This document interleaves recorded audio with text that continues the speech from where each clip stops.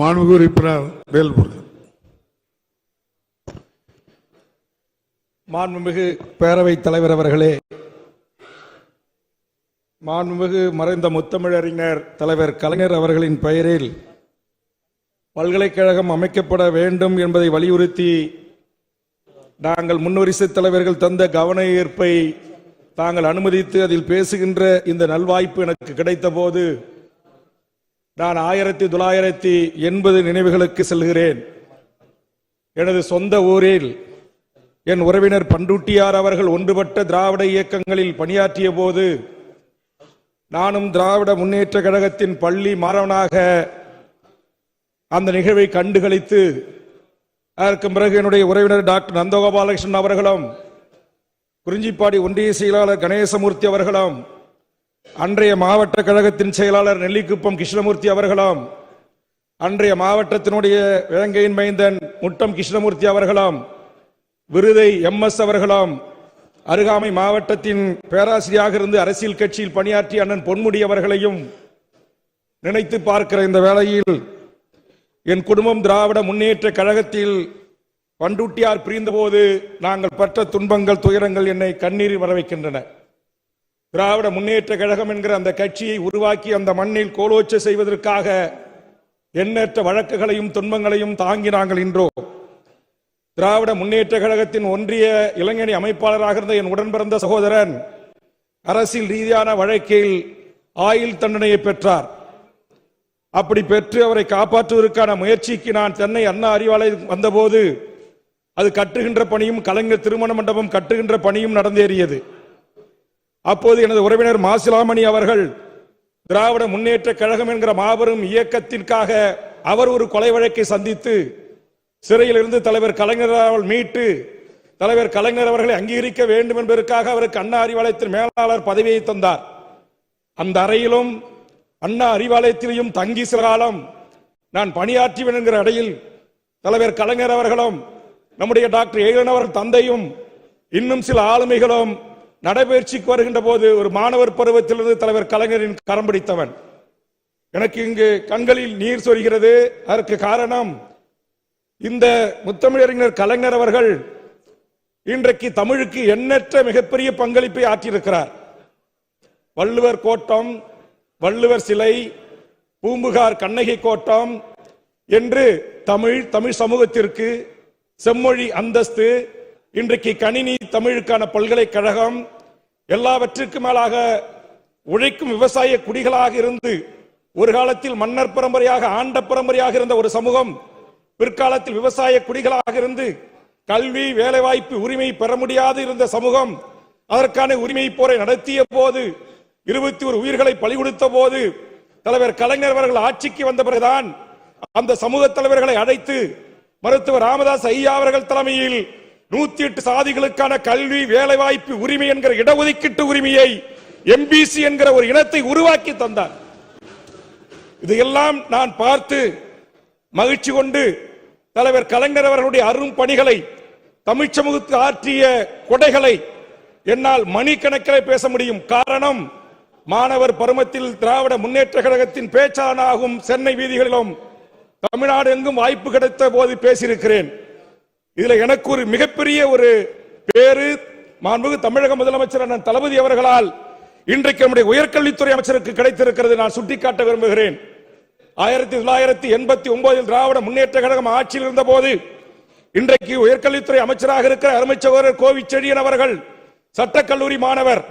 அவரோடு நானும் அவருடைய விடுதலை ஒன்றாக தங்கி மாசிலாமனுடைய பரிந்துரையோடு தலைவர் கலைஞருக்கு சென்று அன்றைய அமைச்சர்கள் இருந்த மூத்த அமைச்சர்கள் அத்தனை பேரையும் பேரவைத் தலைவரை உள்ளடக்கி கலைஞரின் தம்பிகள் என்று ஒரு நூலை தொகுப்பதற்காக இருவரும் சென்று அவரிடத்திலே அணிந்துரை வாங்கி சென்ற போது அன்றைக்கு மாணவர் பருவத்தில் இருந்த கோவிச்செழியன் தலைவர் கலைஞர் அவர்களால் தளபதி அவர்களால் 3வது முறை சட்டப்பேரவை உறுப்பினராக ஒரு ஒடுக்கப்பட்ட தாழ்த்தப்பட்ட சமூகத்தில் பிறந்தவனை உயர்த்தி இதுல என்ன மிகப்பெரிய பெருமனா பல பல்கலைக்கழகங்களை கொடுத்தவர்.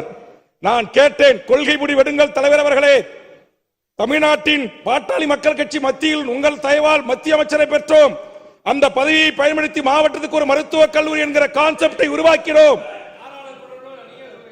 வரும் செய்கிறார்கள் பேசுங்க, வேல்முருகன் பேசுங்க. அருள் நான் அன்றைக்கு இருந்த கட்சியினுடைய அன்புமணி ராமதாஸ் அவர்கள் தலைவர் கலைஞர் அவர்களுடைய பரிந்துரையில் மத்திய அமைச்சராக இருந்தார். அப்படி மத்திய அமைச்சராக இருந்த போது ஒரு கொள்கை முடிவை கலைஞர் அவர்கள் எடுக்க வேண்டும் என்று என்னை வலியுறுத்தி அந்த அடிப்படையில் தான் இன்றைக்கு தமிழ்நாட்டில் தெற்கு ஆசியாவுக்கு 36 மெடிக்கல் காலேஜ் இருக்கிறது என்று சொன்னால் அது தலைவர் கலைஞர் அவர்களின் கொள்கை முடிவு. மாண்புமிகு சுகாதாரத்துறை அமைச்சர் நேற்று அதை பதிவு செய்தார். இந்த வரலாற்று பக்கங்களில் அடிகோலிட்டவன் என்ற வரியை சொல்லுகிறேன். அதே போன்று கலைக்கல்லூரி இல்ல, பாலிடெக்னிக் இல்ல, ஐடி இல்ல, முந்திரி காடுகள் தான் இருக்குது. உயர்கல்வித்துறை அமைச்சராக இருக்கிற அண்ணன் பொன்முடியிடத்தில் கேட்டேன். தலைவர் கலைஞர் அவர்கள் கவலைப்படாத வேல்முருகா என்று கடலூருக்கு வருகை தந்து அரசு விழாவிலேயே என்னை வைத்துக் கொண்டு முதல் அரசு பொறியியல் கல்லூரியை பண்ருட்டியில் அறிவித்து தமிழ்நாடு முழுவதும் 20 அண்ணா பல்கலைக்கழகங்கள் இருப்பதற்கு காரணமாக இருந்தார் முத்தமிழறிஞர் கலைஞர் அவர்கள். ஆக எனக்கு திராவிட முன்னேற்ற கழக குடும்பத்தோடும் தலைவர் கலைஞருடைய கோபாலபுரம் இல்லமும் தலைமைச் செயலகமும் எந்த நேரத்திலும் நேரம் கேட்டு நான் பார்த்ததில்லை. என்னை எந்த அதிகாரிகளும் நேரம் கேட்டு தடுத்ததில்லை. அந்த அளவுக்கு உரிமையோடு இந்த இயக்கத்தின் தலைவர்களை சண்டையிட்டு தான் என் உரிமையை நான் பெறுவேன். அதற்கான இடைவெளியை தந்தார். நான் தலைவர் கலைஞர் முதலமைச்சராக இருந்து அம்மையார் அவர்கள் எதிர்க்கட்சி தலைவராக இருந்து அதிமுக உறுப்பினர்கள் அனைவரும் அன்றைக்கு பேரவைத் தலைவராக நீக்கிய பிறகு உள்ளே வர முடியாத ஒரு சூழலில் ஒற்றை மனிதராக இருந்த அம்மையார் ஜெயலலிதா அவர்களுக்கும் எனக்கும் 1-to-1 வாக்குவாதம் ஏற்பட்டது.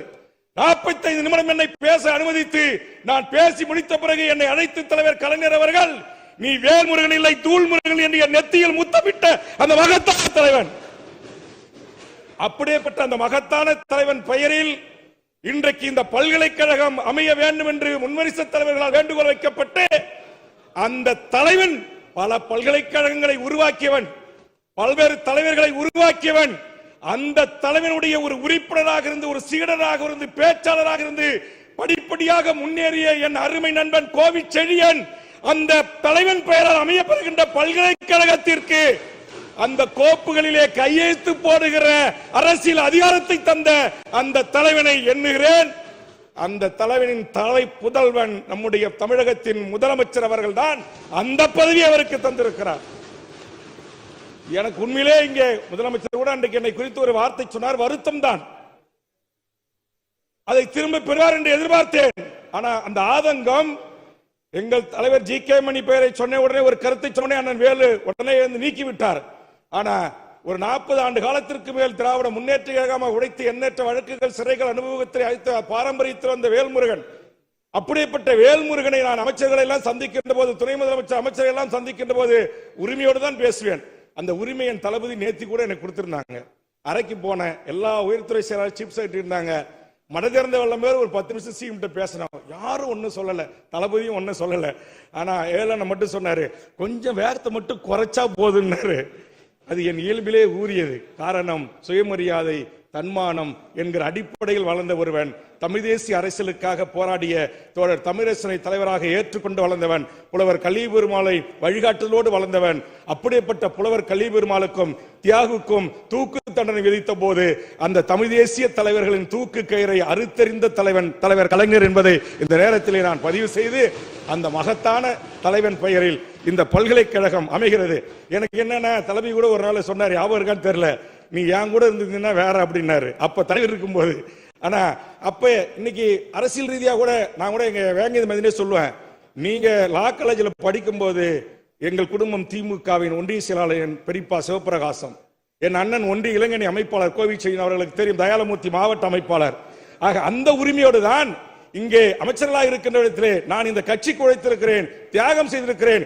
எனக்கு கல்லூரி கொடுங்கள் என்று என் பொன்முடி அண்ணனிடம் சண்டையிடுவேன், வேலு அண்ணனிடையே நான் சண்டையிடுவேன். தமிழ் என்று பிரச்சனை அவர் சொல்வார், நான் 84 உனக்கு முன்னாடி நான் தமிழுக்காக, மொழிக்காக, புலிகளுக்காக பேசியிருக்கிறேன் என்பார். அப்படி போட்டி கொண்டு எங்கள் நேரு அண்ணனில் ஒரு நாளை கண்ணீர் விட்டு கூட சொன்னேன். முதலமைச்சர் இல்லத்திலே 1 மணி நேரம் அப்படியே என்னை பேச விட்டு அமைதி காத்தார்கள் முதலமைச்சர் குடும்பம். அந்த அளவுக்கு என் நாதகங்களை அங்கீகரித்த தலைமைகள் திராவிட முன்னேற்ற கழகத்தில் தலைவர் கலைஞர் இருந்தார். உதயசூரியன் பார்க்கிறார், முதல் எம்எல்ஏ அவரை போய் பேட்டி எடுத்தேன். அவர் 89 எம்எல்ஏ, ஒரு சின்ன பையன் எம்எல்ஏ இருக்காரு, நானே ஒரு சின்ன பையன். அந்த அளவுக்கு திராவிட முன்னேற்ற கழகத்தில் 2 கலந்து வந்து 89 பாமக தொடங்கிய பிறகு பாட்டாளி மக்கள் கட்சியில் 2ஆம் கட்ட தலைவராக இருந்து இன்றைக்கும் திமுக தலைவர் கலைஞர் அவர்கள் உயிரோடு இருந்து என்னை வழிநடத்துவது போல் இந்த அவையில் நான் உணர்கிறேன். அந்த வகையில் அந்த வரலாற்று சிறப்புமிக்க மகத்தான சமூக நீதி காவலர்கள் மாணவர் பருவத்தில் எனக்கு பொறுப்பளித்த அண்ணன் துரைமுருகனையும் இந்த நேரத்திலே நான் நினைத்து அவர் கரம் பிடித்து வளர்ந்தவன். இவ்வளவு நேரம் 10 நிமிஷம் தடையில்லாத கொடுத்த பேரவைத் தலைவருக்கும் நன்றி சொல்லி, தலைவர் கலைஞர் அவர்களுடைய பல்கலைக்கழகத்தை மிகச்சிறந்த தமிழ் சமூகத்துக்கு பங்காற்றிய தமிழ் சமூகத்திற்கான ஒரு தலைமையிடமாக சென்னையில் அவருடைய பல்கலைக்கழகம் அமைய வேண்டும் என்று வாய்ப்புக்கு நன்றி கூறி நிறைவு செய்கிறேன். நன்றி, வணக்கம்.